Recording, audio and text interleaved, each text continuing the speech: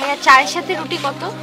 আপা রুটি 10 টাকা, যদি চা দিয়া খান তাহলে 15 টাকা, আর যদি দুধ চা দিয়া খান তাহলে 20 টাকা। আচ্ছা ভাইয়া থাক, আপনি আমাকে 5 টাকা দামের একটা বিস্কিট আর রং চা দিন।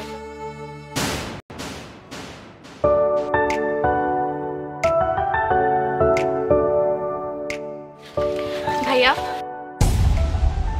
হ্যাঁ হ্যাঁ বোন বলেন। ভাইয়া চায়ের সাথে রুটি কত? আপা রুটি 10 টাকা, যদি চা দিয়া খান তাহলে 15 টাকা, আর যদি দুধ চা দিয়া খান তাহলে 20 টাকা। আচ্ছা ভাইয়া থাক, আপনি আমাকে 5 টাকা দামের একটা বিস্কিট আর রং চা দিন।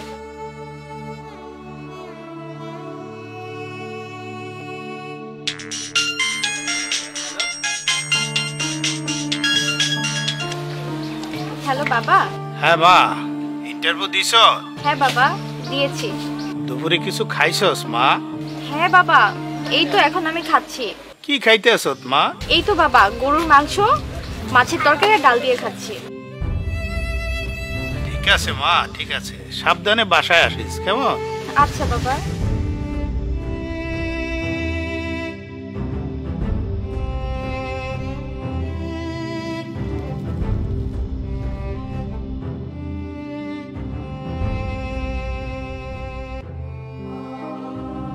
আপা নেন।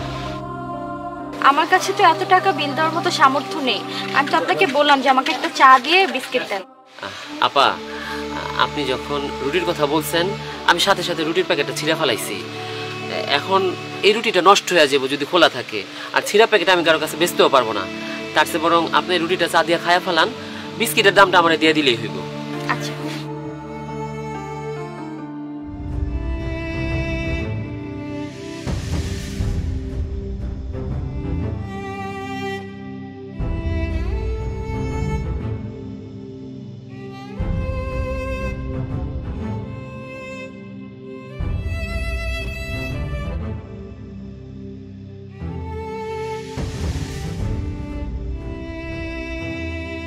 ভাইয়া আপনাকে একটা কথা বলবো, আমার কাছে টাকা নেই এটা জেনে কি আপনি আমাকে রুটিটা দিয়েছেন, নাকি আসলেই ভুল করে দিয়েছেন?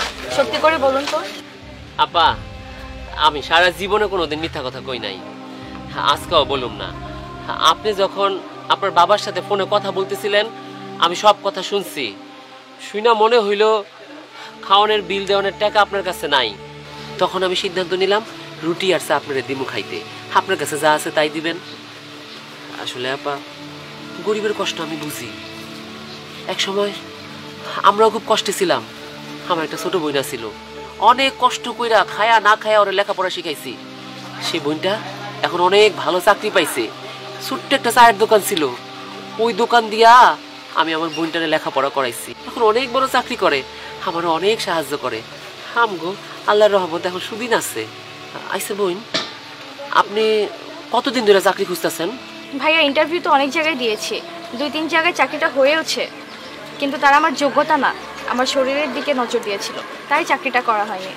ভাই আমি মরে যাব, তবুও আমি অসৎ পথে চলতে চাই না। আসলে বোন দুনিয়াটা বড়ই আজব।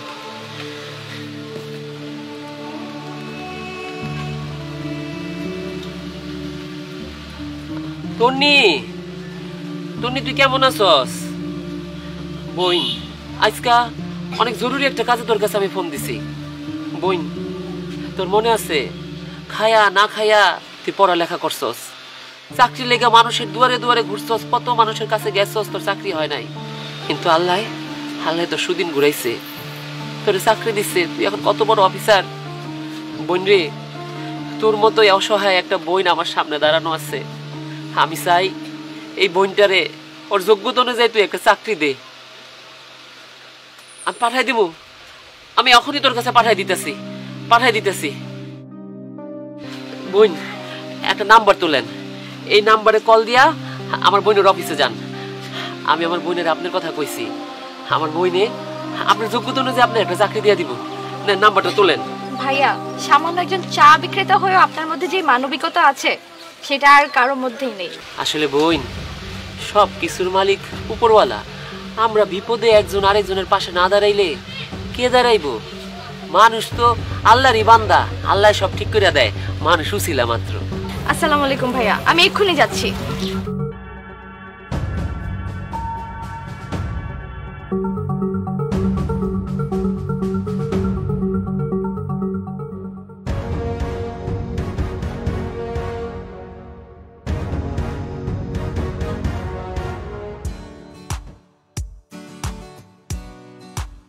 ভাই আপনাকে যে আমি কি বলে ধন্যবাদ দিব আসলে আমি ভাষা খুঁজে পাচ্ছি না।